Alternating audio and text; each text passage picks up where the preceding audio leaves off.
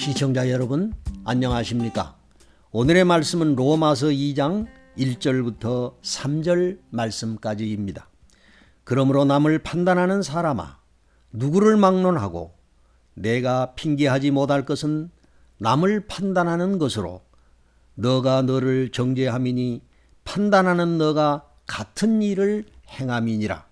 이런 일을 행하는 자에게 하나님의 심판이 진리대로 되는 줄 우리가 아노라. 이런 일을 행하는 자를 판단하고도 같은 일을 행하는 사람아, 너가 하나님의 심판을 피할 줄로 생각하느냐. 아멘. 로마서 1장은 이방인의 죄를 다루고 로마서 2장은 유대인의 죄를 다루고 있습니다. 유대인들은 종교적인 위선에 빠져서 이방인들을 손가락질하고 정죄하고 심판했습니다. 하지만 하나님께서 보시기에는 유대인들 역시 똑같은 일을 행하는 사람들이었기 때문에 하나님의 심판을 피할 수 없었습니다. 그래서 바울은 로마서 2장에서 이것들을 지적하고 있습니다. 본문 1절부터 5절까지는 남을 판단하는 죄에 대해서 기록하고 있고 6절부터 16절까지는 하나님의 심판과 심판의 원리를 기록하고 있고 17절부터 29절까지는 유대인들의 위선적인 죄를 지적하고 있습니다. 이 시간에는 1절부터 3절까지 남을 판단하는 죄라는 제목으로 함께 말씀을 상고하려고 합니다. 첫째, 유대인들은 선민의식과 종교적 우월감으로 이방인을 판단했습니다. 본문 1절은 그러므로 남을 판단하는 사람아라고 말씀하고 있습니다. 판단은 건설적인 비판이라기보다는 남을 의심하고 정죄하고 심판하는 것을 의미합니다. 유대인들은 이방인들의 죄와 행실을 보고 저러니까 하나님 앞에 저주를 받는다. 저러니까 하나님으로부터 버림을 받는다. 저러니까 천국에 들어갈 수 없다고 정죄하였습니다. 사람들은 자신의 허물과 과실에 대해서는 대단히 관대하지만 다른 사람의 죄에 대해서는 대단히 엄격해지는 경향이 있습니다. 포수가 사냥을 하려고 숲으로 갔습니다. 이에 메추리는 포수에게 볼품없는 새만 잡아가고 예쁜 새는 잡지 마세요라고 간청했습니다. 그러나 포수가 잡은 것은 새들 중에서도 꼬리가 없어 가장 볼품없는 메추리뿐이었습니다. 이를 본 어미 메추리는 그렇게 사정했는데 어떻게 예쁜 새들만 잡아갈 수 있느냐며 화를 냈다고 합니다. 어미에게는 자기 새끼의 허물이 보이지 않습니다. 이와 마찬가지로 사람들은 자기 자신에게 관대하고 잘못된 모든 것을 덮어두려는 태도를 보입니다. 창세기 13장에서 아브라함의 목자와 조카 롯의 목자가 가축들을 먹일 물 때문에 다툰 일이 있었습니다.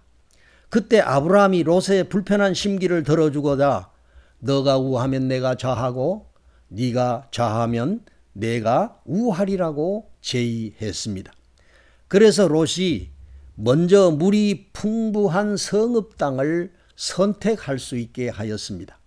이렇게 아브라함은 조카 롯에게 관대하였습니다. 우리도 예수 믿기 전에 다른 사람들에게 엄격하고 자신에게 관대했다면 이제는 달라져야 합니다.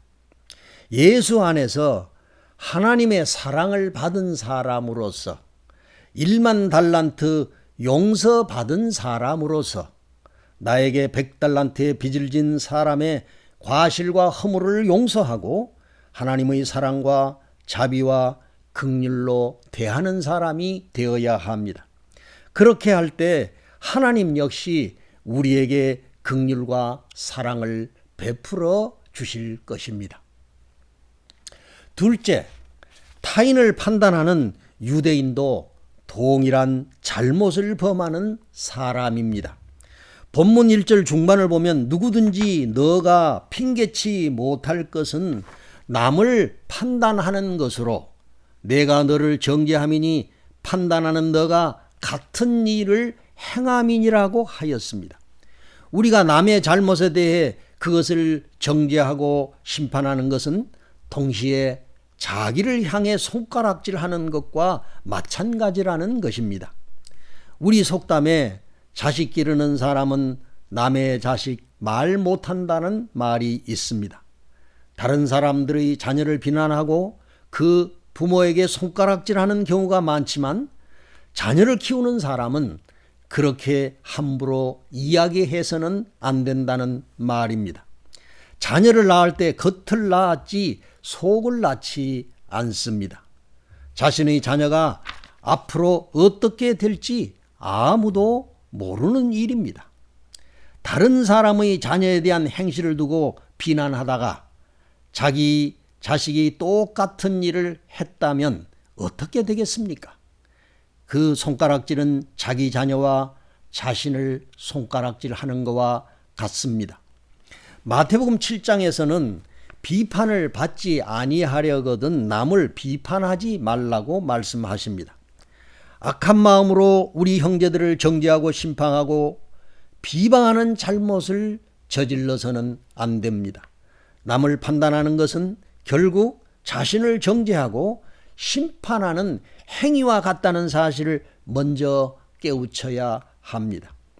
따라서 우리는 다른 사람의 죄와 허물이나 과실을 바라볼 때 먼저 자기 자신을 돌아보아야 할 것입니다. 옛말에 선악이 개오사라는 말이 있습니다. 선과 악이 우리 모두의 스승이라는 말입니다.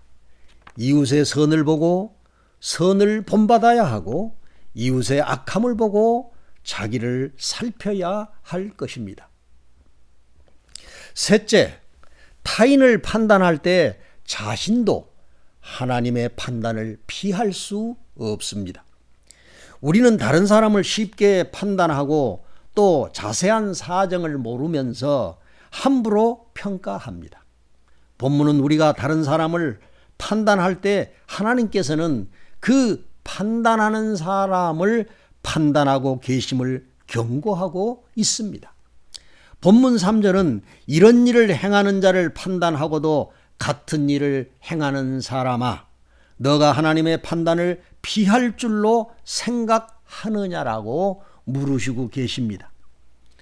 누군가 다른 사람을 판단할 때 하나님께서 그 누군가를 판단하고 계신다는 뜻입니다. 그렇기 때문에 우리가 우리 형제들을 긍휼과 사랑으로 대한다면 하나님 역시 우리들을 긍휼과 사랑으로 대하여 주실 것입니다. 인생의 많은 슬픔과 불행은 내가 다른 사람을 판단하고 정죄하고 비난하는 데서 야기된다는 사실을 기억하십시오. 주님께서는 마태복음 7장 12절에서 그러므로 무엇이든지 남에게 대접을 받고자 하는 대로 너희도 남을 대접하라고 말씀하셨습니다. 또 형제의 눈 속에 있는 티끌을 빼려고 하면서 왜 너 눈 속에 있는 들보는 보지 못하느냐라고 책망하고 계십니다. 다른 사람의 잘못이나 과실을 바라볼 때 자신을 반성하는 기회로 삼을지언정 형제를 비방하고 심판하고 정죄하는 일을 삼가해야 할 것입니다. 대접을 받고자 하는 대로 타인을 대접하라고 하신 말씀처럼 입장을 바꾸어 놓고 생각해보고 지혜로운 말, 덕에 소용되는 말을 해야 합니다.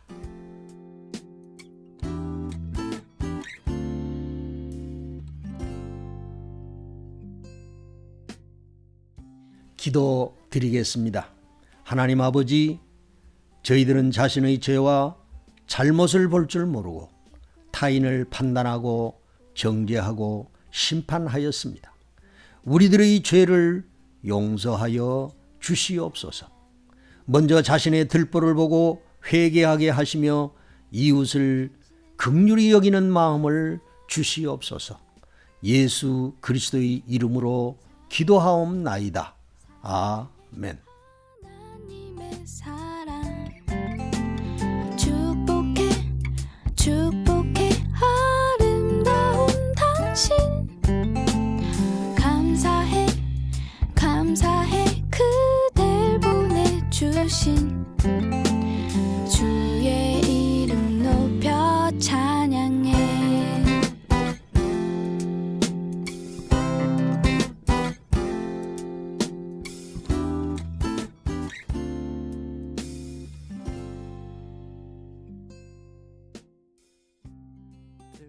핀 저백합